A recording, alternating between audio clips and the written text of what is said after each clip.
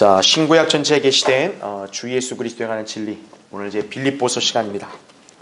자, 빌립보서는 내용이 참 짧은 서신입니다. 그렇지만 그리스도인의 어떤 실제적인 생활에 있어서 너무나 중요한 지침이 되는 말씀이기도 하기 때문에 여러분이 이 빌립보서는 읽고 또 유념하는 데 있어서 항상 여러분이 이게 소홀함이 없어야 됩니다.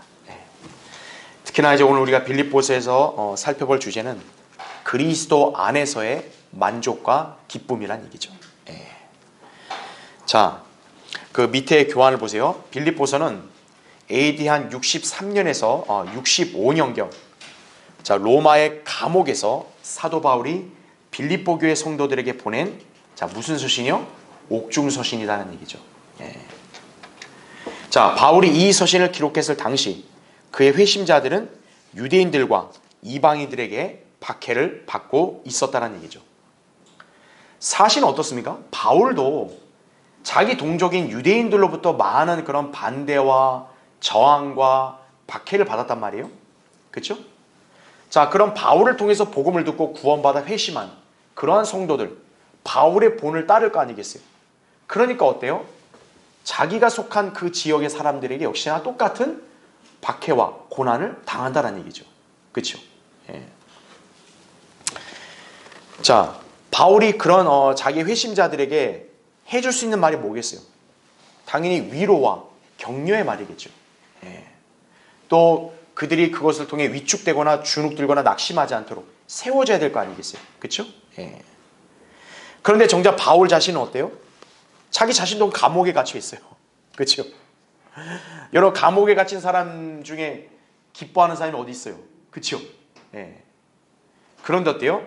바울은 여기 나온 대로 그런 와중에도 낙담하지 않고 승리와 기쁨의 환호성을 지르고 있다는 얘기죠. 그렇게 참 특이한 게 뭐냐면 빌립보서란 책 자체가 참 이렇게 고난 속에서도 이렇게 그리스도인으로서 기쁨과 감사 이런 것들을 이렇게 나타내고 있는 책이거든요. 그러니까 이것은 참 우리에게 알려주는 바가 굉장히 큰 거죠. 그렇죠? 내가 환경이 좋고 모든 일이 잘 풀릴 때 기뻐하고 감사하느냐 이거예요. 그것은 참다운 게 아니란 얘기죠. 자, 바울은 지금 박해를 받아서 감옥에 갇혀 있단 말이에요. 그렇죠? 그가 무슨 범죄를 저질러 감옥에 간 것도 아니에요. 그런데 그가 그런데도 이렇게 그리스도 안에서 만족이 넘치고 기쁨이 충만한 건 왜 그러냐? 바로 주님과의 교제 때문이란 얘기죠. 주님과의 교제는 내가 모든 환경이 잘 갖추어졌을 때 되는 게 아니에요. 바울처럼 고난과 박해 속에 있을 때 오히려 어때요? 주님과 더 밀착되고 또 주님과 더 친밀한 교제를 나눌 수가 있는 거예요.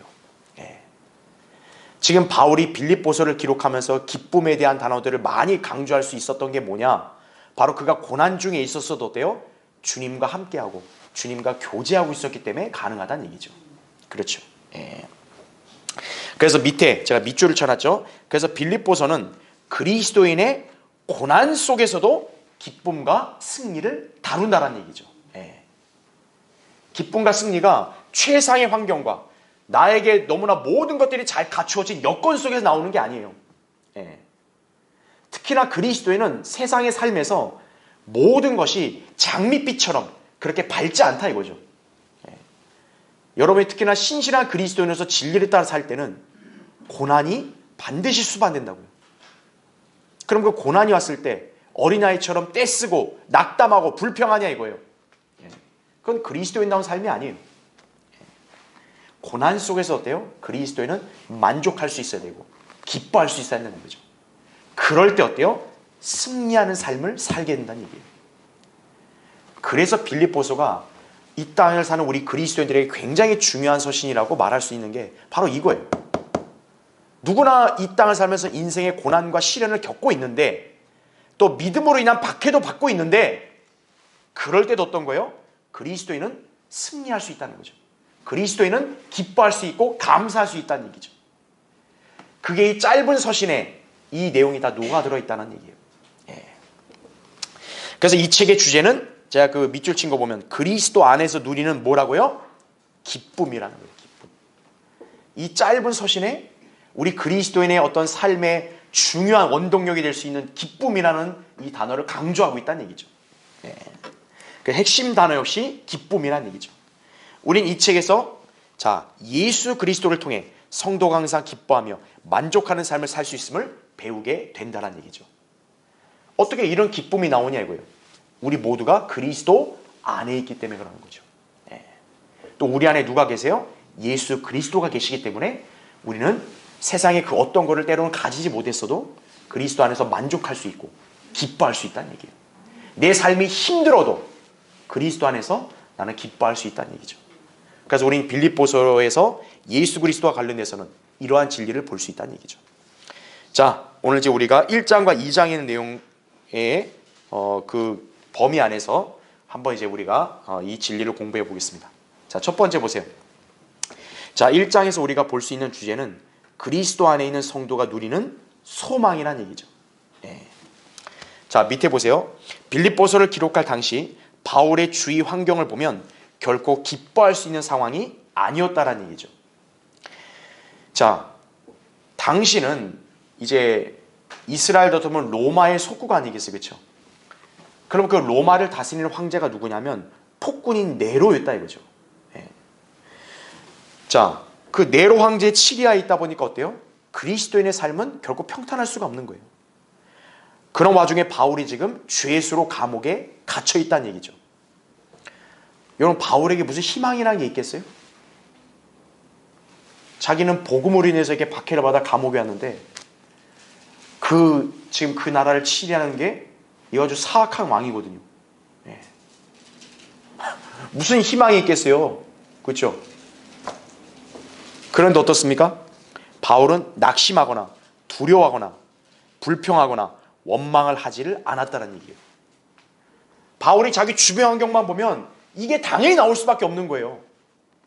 어떻게 보면 주님 앞에 물을지도 몰라요. 왜 저한테 이런 시련을 주시냐고. 너무 견디기 힘듭니다. 바울은 그렇게 자기 심정을 토로할 수도 있었을 거예요. 왜냐하면 환경이 그랬으니까. 그렇죠? 그러나 바울이 오히려 어때요? 기쁨을 잊지 않았다는 거예요. 자, 급기야 그는 어떻게 고백을 했냐면 거기 교환에 제가 기재해놨죠. 내게 사는 것이 그리스도니 죽는 것도 유익함이라 이거예요. 그리스도인의 담대함은 이루 말로 형용할 수가 없는 거예요. 그렇죠? 예. 자, 그는 이러한 확신을 그럼 어떻게 가졌냐? 바로 1장에서 복음의 교제로 가질 수 있게 되었음을 밝히고 있다는 얘기죠. 예. 자, 복음의 교제를 통해서 자, 바울은 우리에게 무엇을 강조하고 있냐면 구원의 영원한 보장을 강조하고 있다는 얘기죠. 예.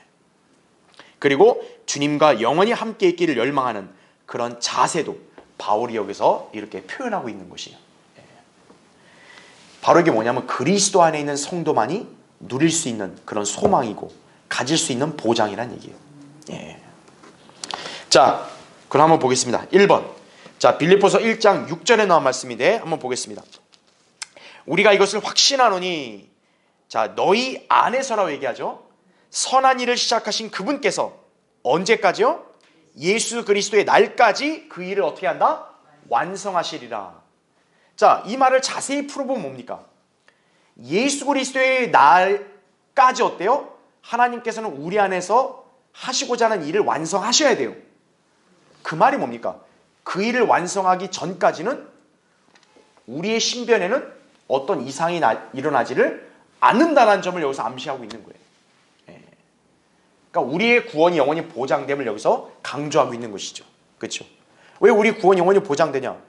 하나님께서는 예수 그리스도 안에 있는 성도들로 하여금 선한 일을 계획하셨고 그 일을 완성하셔야 될 책무가 있다는 얘기죠. 근데 그 일을 완성하시기 전에 만약 우리에게 이상이 있어 봐요. 하나님께서 그 일을 완성할 수 없단 말이죠. 그렇죠? 바로 그런 취지로 우리 구원의 영원한 보장을 여기서 다시 한번 강조하고 있는 거란 얘기죠. 자, 밑에 괄호 1번 보십시오. 사도 바울은 빌립보 교회 성도들을 기억을 했다고 이렇게 언급합니다. 그래서 그렇게 기억할 때마다 하나님께 감사를 드렸음을 3절에서 이렇게 말씀하고 있는 거죠. 그 나머지 여러분 그 구절에 이제 참조하시면 됩니다. 그러니까 바울은 자기 회심자들에게 서신을 보낼 때마다 감사를 늘 이렇게 강조했어요. 예. 하나님께 내가 감사한다. 너희를 위해 감사한다. 이거죠. 예. 빌립보 성도들도 또 예외 없이 또 그들로 인해서 기억할 때마다 감사했다. 이렇게 얘기하죠. 또 그들을 위해 기도할 때마다 특징이 있어요. 4절에 보면 기쁨으로 간구했다고 합니다. 기쁨으로. 예. 자, 왜 기쁨으로 간구했냐고 하냐면 5절에 그들이 복음에 동참했기 때문에 바울은 그게 기뻤던 거예요. 예.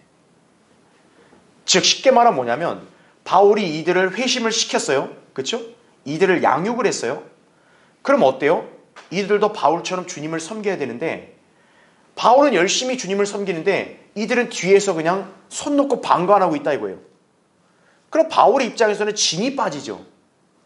그런데 오히려 어때요? 이들은 바울과 똑같이 복음에 동참하는 거죠. 사역자로서 이만한 그런 든든한 그런 힘이 없는 거죠. 그러니까 바울이 어떤 거예요?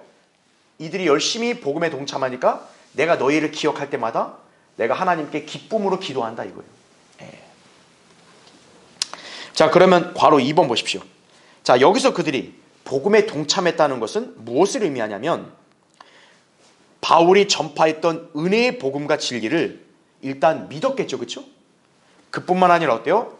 믿는 것으로 끝나지 않고 그 메시지를 이 사람들은 전파도 한 거예요.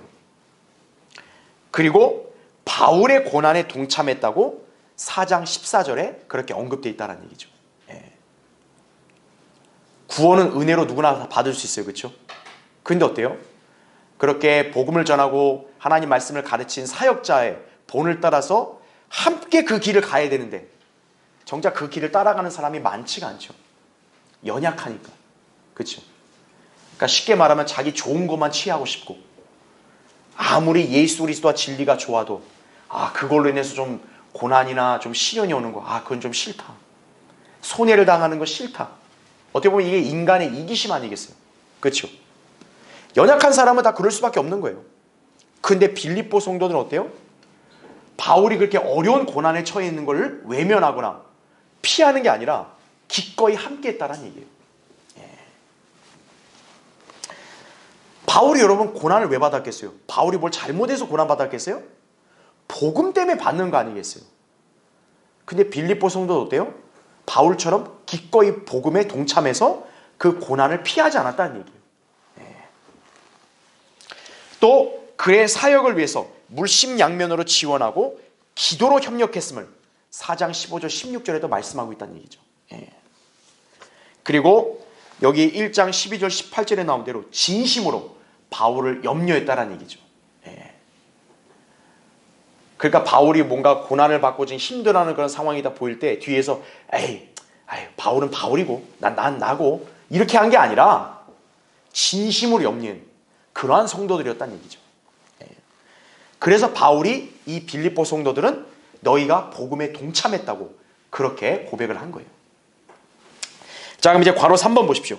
바울은 이러한 간증을 지켜보고 빌립보 교회 성도들에 대해서 강한 확신을 가지게 되었다는 얘기죠. 자, 제가 밑줄을 쳐놨죠. 이때 그가 약속한 말씀은 뭐냐면 성도들의 구원이 영원히 보장된다는 점을 보여주는데 이는 주님께서 우리 안에서 하시고자 하는 일을 필히 어떻게 하실 것이기 때문에요? 완수하실 것이기 때문이라는 얘기죠. 예. 자, 예수 그리스도의 날이 뭐겠습니까? 주님이 다시 오시는 날인 거예요. 그렇죠? 교회가 휴거되는 날이에요. 그때까지 뭡니까? 하나님은 이 땅에 사는 우리 그리스도인들을 통해서 계획하신 일을 완수하셔야 되는 거예요. 그렇죠? 근데 하나님이 그렇게 계획을 다 세워놓고 일을 하셔야 되는데 만약에 성도들의 어떤 그런 구원에 이상이 생긴다? 그럼 여러분 하나님께서는 자신이 계획한 일을 못 이루시는 거 아니에요. 그렇죠? 그런 일이 생길 수 있겠어요? 없죠. 그러니까 우리 안에서 선한 일을 시작하신 그분은 우리가 휴거되는 그날까지 어떤 거예요? 다 완수하신다라는 얘기죠. 그러니까 우리가 휴거되기 전까지는 우리 구원이나 우리 앞으로의 영원한 삶에 뭐 신변에 이상이 있어요? 없는 거죠. 예. 결국 그래서 바울의 이 말은 우리 구원의 영원히 보장된다는 점을 이렇게 알려주고 있는 거란 얘기죠. 자, 그래서 괄호 4번에 성도 안에 선한 일의 창시자 누굽니까? 하나님이시죠. 주님께서 그 일을 완수하실 때까지 우리를 어떻게 하신다고요? 확고하게 지키실 것이라고 고린도서 1장 8절에 말씀하고 있는 거죠. 그분께서 너희를 끝까지 확고하게 지키시어 우리 주 예수 그리스도의 날에 책망할 것이 없게 하시리라. 이렇게 바울이 여러 차례 강조하죠. 그렇죠? 예. 그러니까 어때요? 여기도 빌립보서에도 예수 그리스도의 날이라 얘기하죠.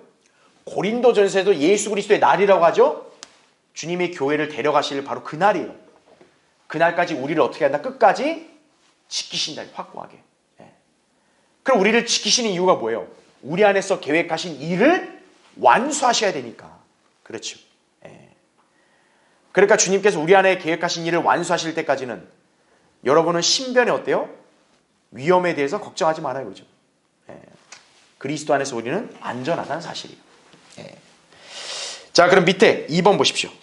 자, 이거는 여러분 우리 20절부터 24절을 같이 읽겠습니다. 거기 보십시오. 나의 간절한 기대와 소망에 따라 내가 어떤 일에도 부끄러움을 당하지 아니하고 항상 그러하듯이 지금도 온전히 담대하여 살든지 죽든지 그리스도가 내 몸 안에서 높임을 받으시게 하려는 것이라. 이는 내게 사는 것이 그리스도니 죽는 것도 유익함이라. 그러나 만일 내가 육신으로 산다면 이것은 내 수고의 열매니 무엇을 선택해야 할지 나는 아직 알지 못하노라.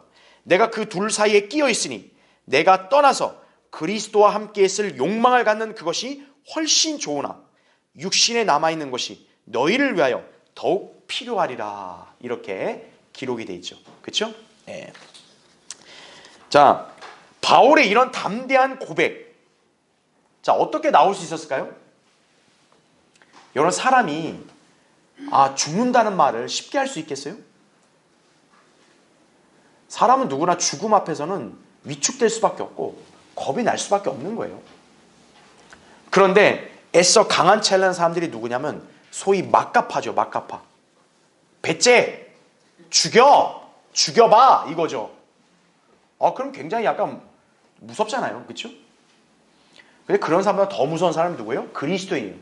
우리는 죽여봐가 아니에요. 우리 죽는 것도 유익해. 이렇게 말하는 사람이니까. 예. 야, 그렇게 말하는 사람이 어디 있겠어요, 이 세상에. 그렇죠? 예. 죽는 게 오히려 기쁘다. 이렇게 얘기한다는 거죠. 예. 이거는 삶을 체념한 사람에서 나온 고백이 아니에요. 죽음 이후에 생이 보장됐다는 걸 아니까 그런 고백이 나오는 거예요. 예. 자, 이런 담대한 고백이 왜 나오냐? 왜 바울은 이런 담대한 고백을 했느냐? 바로 제가 밑줄을 쳐놨죠. 뭐가 있었기에 가능하다고요? 복음의 소망이 있기 때문에 가능하다는 얘기예요. 예. 자, 맨 밑에 보세요. 괄호 1번. 바울에게는 간절한 기대와 소망이 있었다 이거죠. 그래서 오직 예수 그리스도만이, 다음 페이지요, 항상 높임을 받으시는 것이었다 이거죠. 비록 그가 주변 상황이 나빠졌다고 해도 주님을 향한 신실함을 잃어버리지 않았어요. 그에게 있어 그리스도를 높이는 것, 인생 최대의 목표이자 열정이었던 것이라는 거죠. 예. 그렇기 때문에 그는 살든지 죽든지 오직 그리스도만을 높이기 원했던 것이다라는 얘기죠. 예. 여러분, 사람은 어때요? 자기 삶에 활력이 되는 게 있고 또 자기 삶에 의욕을 불어넣어주는 그런 요소가 있는 거예요. 그게 사라지면 어때요? 사람은 내가 사나 마나하다 이렇게 얘기하잖아요. 그렇죠? 바울의 삶의 원동력은 뭐냐면 그리스도를 높이는 거예요. 자기 어떤 개인의 어떤 조그마한 영달도 아니고 그냥 예수 그리스도만 높아지기를 원한다. 그 말은 뭡니까? 바꿔 말하면 만약에 바울이 자기 안에 있는 그리스도가 높아지지 않으면 자기는 살 의미가 없어지는 거예요. 그렇죠? 거꾸로 저걸 뒤집어 말하면 뭐예요? 그리스도만이 높여질 수 있다면 내가 살든 죽든 그거는 아무 의미가 없다. 이렇게 얘기하는 거죠. 예. 이게 바로 바울의 삶의 목표였던 거죠. 예. 바울이 예수님을 만나 변화된 이후에 뭡니까? 내 개인의 영달, 내 안위 이게 아니라 나를 구원해 주시고 내 안에 계신 예수 그리스도를 드높이는 것, 이게 내 인생의 유일한 목표다는 거죠. 예. 그 인생의 유일한 목표를 달성을 했다면 이 땅에서 자기 모든 걸 다 이룬 거예요.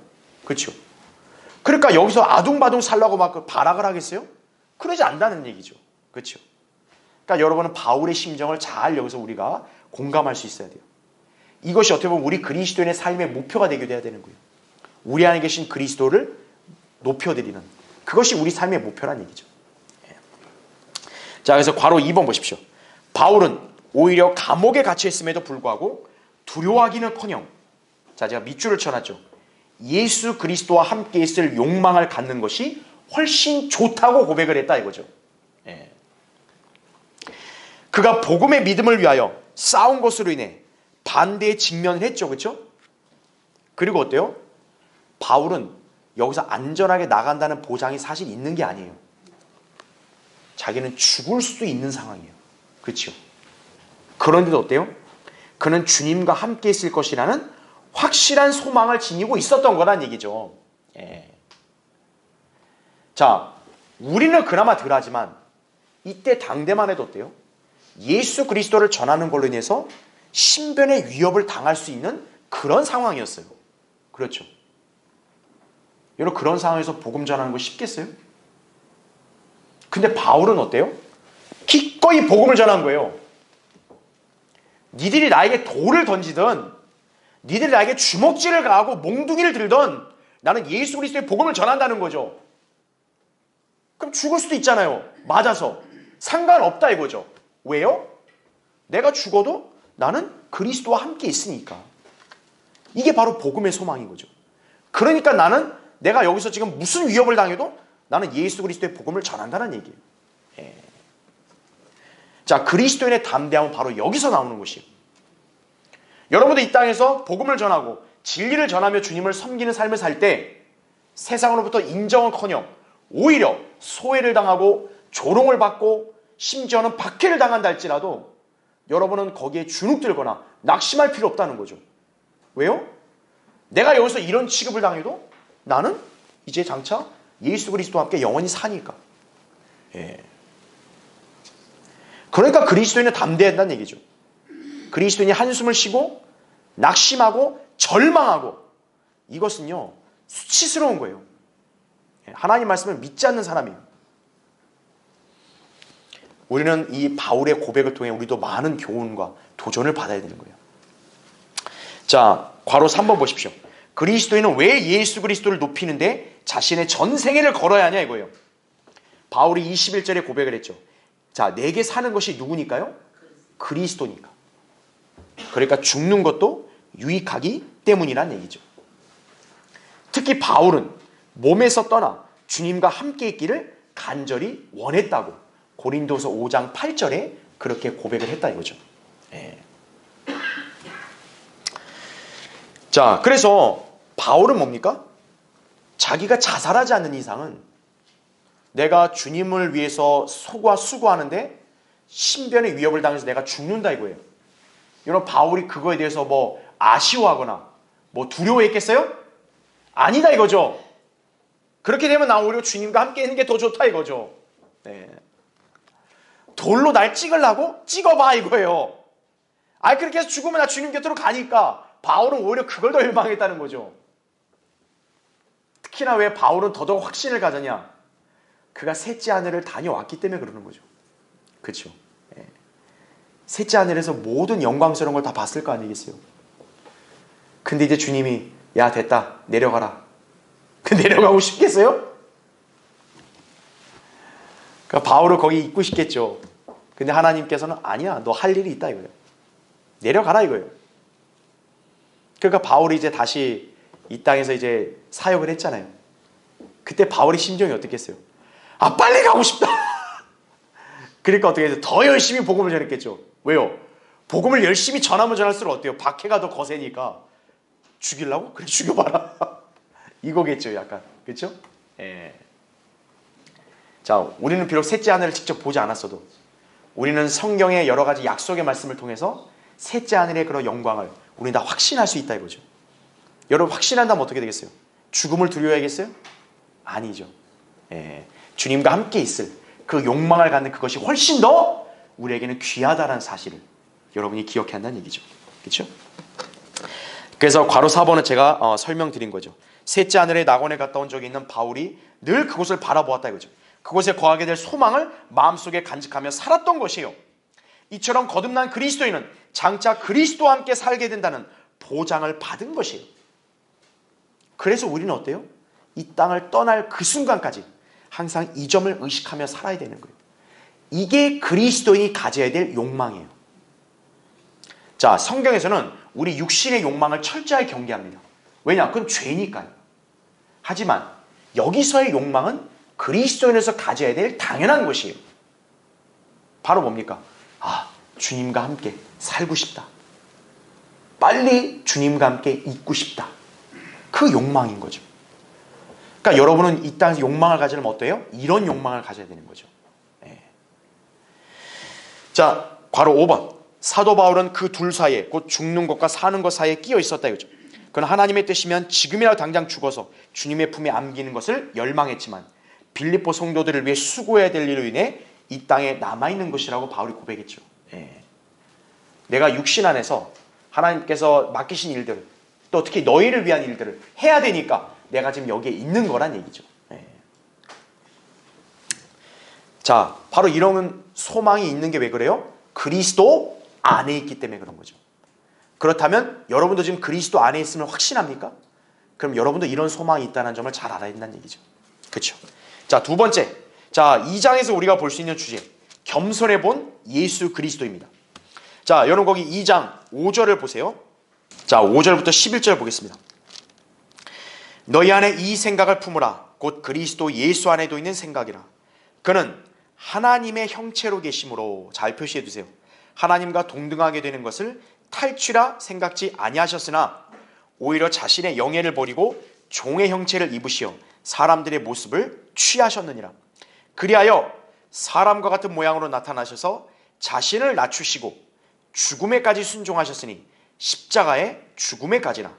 이로 인하여 하나님께서는 그를 지극히 높이시고 모든 이름 위에 있는 한 이름을 그에게 주사 하늘에 있는 것이나 땅 위에 있는 것이나 땅 아래에 있는 것이나 모든 무릎을 예수 이름에 꿇게 하시고 모든 여가 예수 그리스도를 주라 시인하여 하나님 아버지께 영광을 돌리게 하셨느니라. 이렇게 말씀하고 있죠. 자, 우리 교환을 보세요. 그 중간에 2번 밑에 2장에서 바울은 그리스도인의 만족과 기쁨은 자, 어디에서 비롯된다는 점을 기술한다고요? 겸손함이라는 얘기죠. 자, 성도만이 아니라 하나님의 사역을 감당하는 일꾼들에게는 특히나 더 중요한 덕목이에요.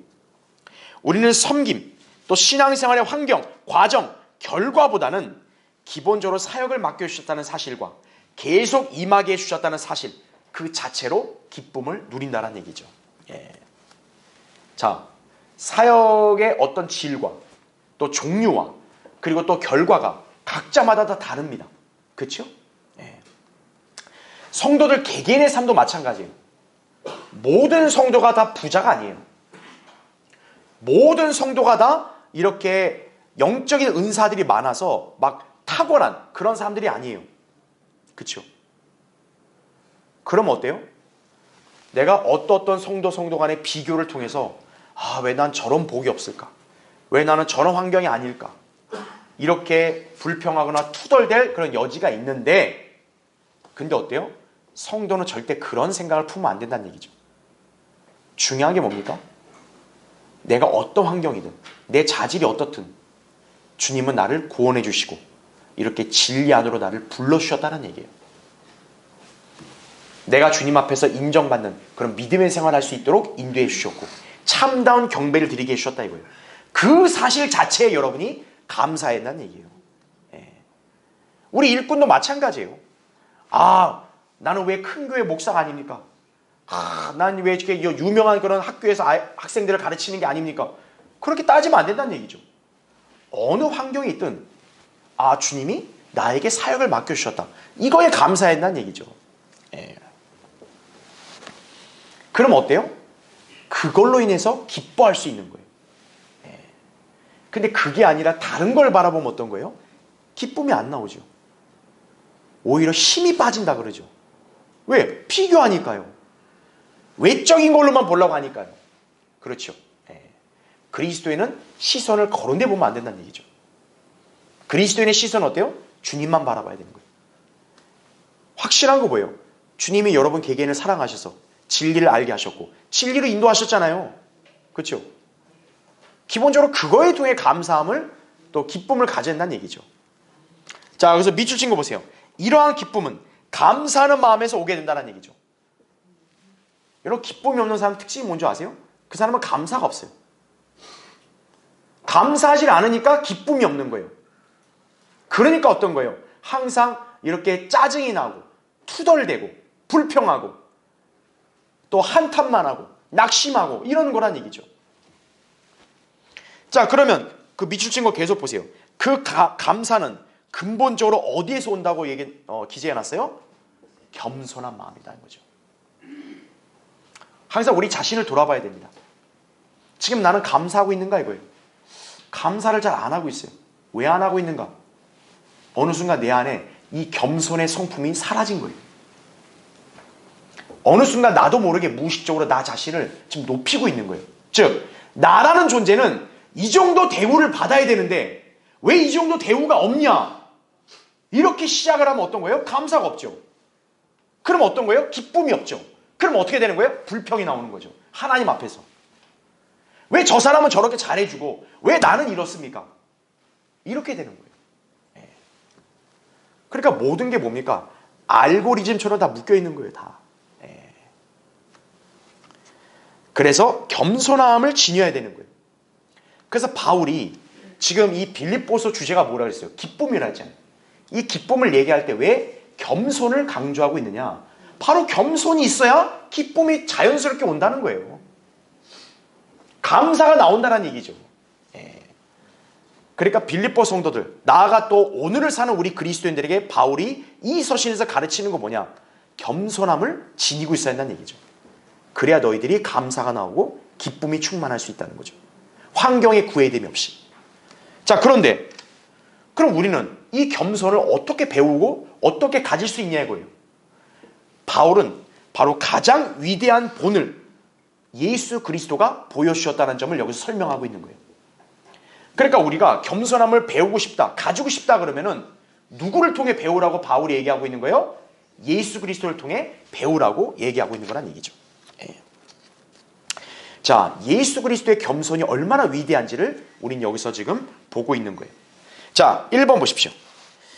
자, 5절에서 바울이 이렇게 언급합니다. 너희 안에 이 생각을 품으라. 곧 그리스도 예수 안에도 있는 생각이라 이거죠. 바울은 빌립보 성도들의 그 3절에 보면 생각의 겸손함이라 나오죠. 그렇죠?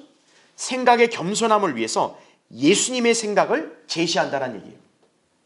자, 우리가 읽진 않았지만 바로 앞에 2장 1절부터 4절은 바울이 뭘 얘기하고 있냐면 그 빌립보 성도들에게 너희가 서로 같은 생각, 같은 마음을 가지라고 얘기합니다. 그리고 어떤 일도 다툼이나 허영을 따라 하지 말라고 얘기합니다.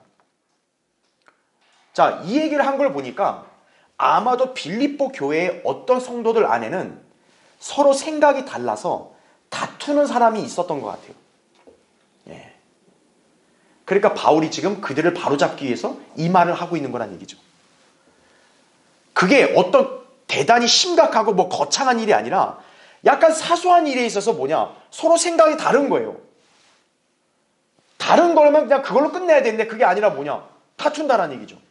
내가 오라. 아니야, 내가 오라. 뭐 이런 생각을 안 해줘? 이상한 인간이네? 이렇게 다툰다는 얘기죠. 그게 바로 뭐냐면 바울이 3절에 얘기한 대로 허영이다, 이거 허영.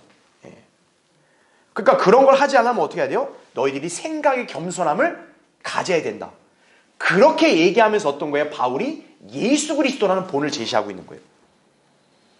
그러니까 너희는 어떤 생각 가져야 되냐? 예수님의 생각을 가지라는 거죠. 자, 괄호 1번 보십시오. 자, 예수님은 어떤 생각을 가졌냐? 자, 6절에 얘기합니다. 하나님의 형체로 계시는데 어때요? 하나님과 동등하게 되는 것을 탈취라 생각지 않으셨다 이거죠. 자, 이것은 예수님께서 공생애 내내 강조하셨던 바죠. 요한복음 10장 30절에 나온 말씀 뭡니까? 나와 나의 아버지는 뭐다? 하나니라 이거예요. 예수님은 비록 하나님의 아들로 오셨지만 예수님은 생각을 어떻게 가진 거예요? 나는 하나님보다 낫다 이게 아니라 나는 하나님과 동등하다, 하나다. 예수님은 이런 생각을 가졌다는 얘기예요. 그러니까 당시 유대인들도 예수님께서 어때요? 사람이면서 하나님으로 자처한다. 자, 이 명목으로 어때요? 예수님을 돌로 쳐 죽이려 했던 거죠. 예. 그러니까 예수님은 3년 반 공생의 내내 동안 야, 나는 하나님보다 열등한 신이다? 이렇게 얘기한 게 아니라 나는 하나님과 하나다. 나는 하나님과 동등하다. 항상 이러한 점을 계속 내비쳤다는 얘기예요. 그러니까 유대인들이 도저히 못 참겠다 그래가지고 돌을 든 거 아니에요. 그렇죠? 근데 괄호 2번 보십시오. 여러분, 예수님이 생각이 좀 잘못된 걸까요? 예수님이 교만한 걸까요? 아니죠. 이건 분명한 사실이에요. 자, 그런데 예수님은 하나님과 동등하다는 생각을 가졌지만 예수님의 특징은 뭐였냐? 거기 괄호 2번 보시면 자, 7절부터 8절에 나온 말씀이죠. 자신의 영예를 어떻게 해요? 버린 거예요. 그리고 사람과 같은 모양으로 나타나셔서 자신을 어떻게 했다? 낮추셨다는 거죠. 이게 예수님의 생각의 본질인 거예요. 예. 나는 하나님과 동등하다. 그러나 어떤 거예요? 내 영예를 다 버린다는 거예요. 나는 사람으로 나 자신을 낮추겠다. 이렇게 생각하셨다는 얘기죠. 하나님 자신이 낮아지셔서 낮은 사람이 되신 거다 이거죠. 자, 여기서 우리는 그리스도의 겸손의 면모를 볼 수 있는 거예요. 자, 그래서 우리가 이 구절을 사실 다 찾아서 공부하면 좋겠지만 시간 관계상 이제 구절을 안 찾고 교환만 볼게요. 동그라미 1번. 자, 여기 예수님은 하나님이시잖아요. 그렇죠? 그러면 하나님답게 이 땅에 만약 사람으로 왔다 그러면은 대단히 이렇게 영광스럽고 또 위엄 있고 그런 모습으로 사실 오셔야 되잖아요. 그렇죠? 또 그분은 그거를 자랑할 수 있는 거 아니에요. 그렇죠? 그런데 예수님은 태어나는 순간 초림 때까지 생애 동안 자랑하지 않았다는 거예요. 그분의 육신에 대해 자랑하지 않았다는 거예요. 자, 동그라미 한번 보세요. 자, 예수님은 먼저 출생에 대해 자랑했어요? 자랑하지 않으셨죠. 여러분, 예수님이 어떤 왕가의 어떤 그런 가문에서 태어난 건 아니죠. 비록 다윗의 가문은 맞지만 예수님의 소위 의붓 아버지인 요셉은 직업이 뭐예요? 목수예요, 목수. 뭐 목수의 아들이 뭐 대단히 영광스러운 지인가요? 아니잖아요. 다음 페이지요. 동그라미 2번. 예수님께서는 뭐를 또 자랑하지 않으셨어요? 지식을 자랑하지 않으셨다는 거죠. 네. 그러니까 요한복음 7장 15절에도 유대인들이 의아했던 거 뭐냐? 아, 이 사람 배운 적이 없는데. 그러니까 당시 목수의 집안은 그렇게 교육받는 집안이 아니었던 거죠. 아니, 배운 적도 없는 사람인데 어떻게 글을 아냐? 이거죠.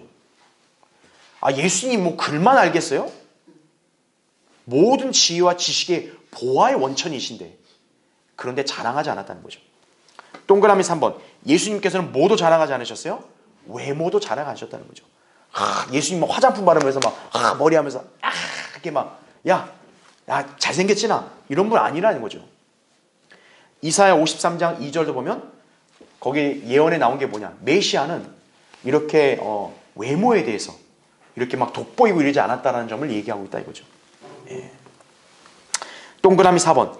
예수님께서는 능력을 자랑하지 않으셨다는 거죠. 그렇죠? 뭐 이건 우리 다 아는 거고. 동그라미 5번. 예수님께서는 어때요? 자신의 뜻을 자랑하지도 않으셨다는 거죠. 예. 그분이 내 뜻을 강조한다 이렇게 안 했단 말이에요. 6번. 예수님께서는 뭐도 자랑하지 않으셨어요? 지성도 자랑하지 않았죠. 예. 또 동그라미 7번. 예수님께서는 뭐도 드러내지 않았어요? 분노를 드러내지 않으셨습니다. 누가복음 23장 3, 4절 여러분 보시면 그렇죠. 예. 여러분 사람이 억울하면 발끈할 수밖에 없어요. 그렇죠. 그것도 악의적으로 이 사람을 이렇게 모함을 해가지고 공경에 빠뜨리려고 한다. 그럼 여러분 그거 가만히 있을 수 있겠어요? 화나는 거예요. 예수님은 분노를 드러내지 않으신 거예요. 동그라미 8번. 이것도 중요하죠. 예수님께서는 어때요? 신성을 자랑하지 않으셨다는 거죠. 예. 이게 내가 하나님인데 어디서 감히 이렇게 안 했다 이거죠. 예. 자, 예수님 바로 뭡니까? 완전히 사람의 모양으로 자신을 낮추신 거예요. 그럼 이 땅에서 사람들 얼마나 자기 자랑 많이 해요. 그 예수님은 그것도 자랑하지 않으려고 아예 가장 낮아지셨다는 얘기죠. 그 다음에 괄호 3번 보세요. 급기야 예수님께서는 어때요? 죽음에까지 순종하셨다는 거죠. 그것도 어느 죽음이요? 십자가의 죽음이요. 8절에 나온 대로. 십자가는 뭡니까? 극악한 흉악범을 처형하는 도구예요. 그러니까 예수님은 이 땅에서도 결국 뭐로 취급당하신 거예요? 흉악범 취급도 당하신 거예요. 하나님의 진노를 한꺼번에 받는 십자가의 죽음, 이것도 어떻습니까? 예수님은 순종하신 거죠. 자, 괄호 4번. 이러한 모든 것이 바로 사도 바울이 제시하는 뭐라고요? 겸손이라는 거죠. 바울도 이 순종의 본을 따라서 어때요? 자기 생명을 아끼지 않았던 것이라는 얘기죠. 그러니까 어때요? 자기가 이렇게 감옥에 갇히는 처참한 상황이 돼도 나는 낙심하지 않는다 이거예요. 난 오히려 감사하고 기뻐한다 이거죠. 왜냐? 나를 구원해 주신 주님은 나를 위해서 이보다 더한 그런 치욕과 모욕과 고난을 당하셨기 때문에 이게 바로 겸손이라는 얘기죠. 자, 그래서 2번 보십시오. 자, 그러면 겸손으로 끝나는 게 아니야. 그게 아니에요. 9절부터 11절 나오죠. 이로 인하여 하나님께서는 그를 어떻게 했다? 지극히 높이셨다 이거죠. 모든 이름에 있는 한 이름을 그에게 주었다 이거죠. 모든 여가 예수 그리스도를 주라 시인하여 하나님 아버지께 영광을 돌리게 하셨느니라 이렇게 나오죠. 겸손에 대한 보상, 이것도 어때요? 주님이 우리에게 한 본이 된 거예요. 즉 뭐냐면 하나님은 겸손한 자를 높이신다고 약속하셨단 말이에요. 자, 그 약속이 우리에게 주어졌는데 아니 도대체 얼마큼 높여주시고 우리가 겸손하면 어떻게 우리에게 보상해 주실 거냐고 예수님으로 본을 제시한 거예요. 하나님의 아들 예수님이 어떻게 높아주셨냐. 너희들 그걸 봐라 이거예요. 너희들도 겸손하면 어떤 거예요? 이만큼 보상을 받는다. 이걸 본으로 제시해 준 거예요. 괄호 1번 보십시오. 하나님께서는 예수 그리스도에게 모든 이름에 있는 한 이름을 주셨다고 나오죠. 중요한 게 뭡니까? 모든 무릎을 예수 이름에 꿇게 했다 그랬죠. 모든 혀가 예수 그리스도를 뭐라고 시인해요? 주라고 시인했다 이거죠. 신약 시대에는 누구나 예수님을 주라고 고백함으로써 구원받게 되는 거죠. 로마서 10장 9절에도 내가 내 입으로 어떻게 해야 돼요? 주 예수를 시인해야 돼요. 그러니까 여러분이 알아야 될 게 뭡니까? 예수 믿고 구원받는다. 엄밀히 말하면 교리적으로는 틀린 거예요. 주 예수를 믿고 구원받는 거예요. 예수님이 주라는 것은 예수님을 하나님의 아들이라고 고백하는 거예요. 신약 성경에서 구원의 교리가 뭐예요? 예수 그리스도가 하나님의 아들인 것을 믿어야 구원받는 거예요. 그래서 내가 내 입으로 어떤 거예요? 예수가 아니라 주 예수를 시인하는 거예요. 그래서 13절에 나온 말씀이 뭐예요? 예수의 이름을 부르는 자가 구원받는다 그러지 않고 뭐라 그래요? 주의 이름을 부르는 자가 구원받는다고 나오는 거예요. 그래서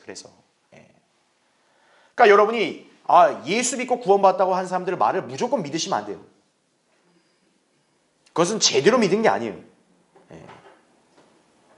주 예수 그리스도를 믿고 구원받는 거죠. 그러니까 예수님을 주님이라 부를 수 있는지 그걸 봐야 되는 거예요.